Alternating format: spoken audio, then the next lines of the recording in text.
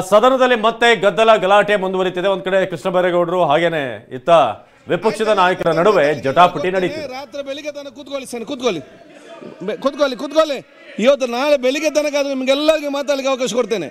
ನಾಳೆ ಬೆಳಿಗ್ಗೆ ನಿಮ್ಮನ್ನು ಬಿಡುದಿಲ್ಲ, ಇವತ್ತು ಇಡೀ ರಾತ್ರಿ ಬಿಡುದಿಲ್ಲ. ಕೂತ್ಕೊಳ್ಳಿ, ಎಲ್ಲರಿಗೂ ಕೊಡ್ತೇನೆ. ಯಾರಿಗೆಲ್ಲ ಮಾತಾಡಬೇಕು ಎಷ್ಟು ಬೇಕು ನಾನೀಗ ಸುನಿಲ್ ಅವರೇ, ಈ ಒಂದು ಗಂಭೀರ ವಿಚಾರ ನಾವೆಲ್ಲ ಒಗ್ಗಟ್ಟಿನಿಂದ ಚರ್ಚೆ ಆಗಬೇಕು, ಸತ್ಯಾಂಶ ತಿಳಿಬೇಕಂದ್ರೆ ಎಲ್ಲರಿಗೂ ಕೂಡ ಒಂದು ದೊಡ್ಡ ಆಯ್ತು. ಒಂದು ನಿಮಿಷ ಅವರೇ, ಒಂದು ನಿಮಿಷ.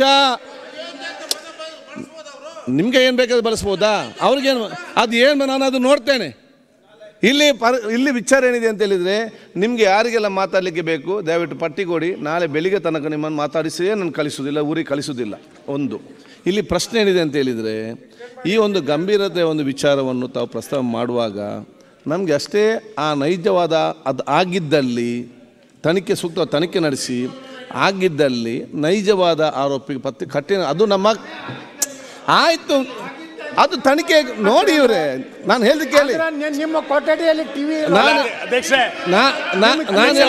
ಒಂದು ನಿಮಿಷ ಅಲ್ಲ, ಯಾರ್ಯಾದ್ರು ನೋಡಿ ಅದನ್ನು ಪತ್ತೆ ಹಚ್ಚಿ.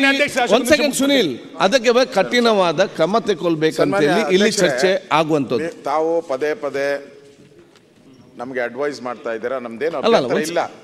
ತಾವು ಆ ಸ್ಥಾನದಲ್ಲಿ ಕೂತ್ಕೊಂಡು ಆಗಿದ್ದರೆ ಅನ್ನೋ ಪ್ರಶ್ನೆ ಬರಬಾರ್ದು. ಚರ್ಚೆ ಆಗ್ತಾ ಇರೋದು ಅದ್ರ ಬಗ್ಗೆನೇ ಚರ್ಚೆ ಆಗ್ತಾ ಇರೋದು. ಹೌದಪ್ಪ, ಈಗ ನಾನಿಲ್ಲ ಚರ್ಚೆ ಆಗ್ತಾ ಇರೋದು. ಒಂದು ನಿಮಿಷ ನಾನು ಹೇಳಿದೆ, ಒಂದೇ ನಿಮಿಷ. ಈ ಘಟನೆ ನಡೆದಾಗ ಒಳ್ಳೆಯವರು ಇದ್ರು, ಅಲ್ಲಿ ಕೆಟ್ಟವರು ಈ ದೇಶದ ಕೆಟ್ಟವರು ಎಲ್ಲಿದ್ರು ಅಲ್ಲಿ ಒಳ್ಳೆಯವರು ಇರ್ತಾರೆ. ಈ ಘಟನೆ ಅವರು ಪಾಕಿಸ್ತಾನ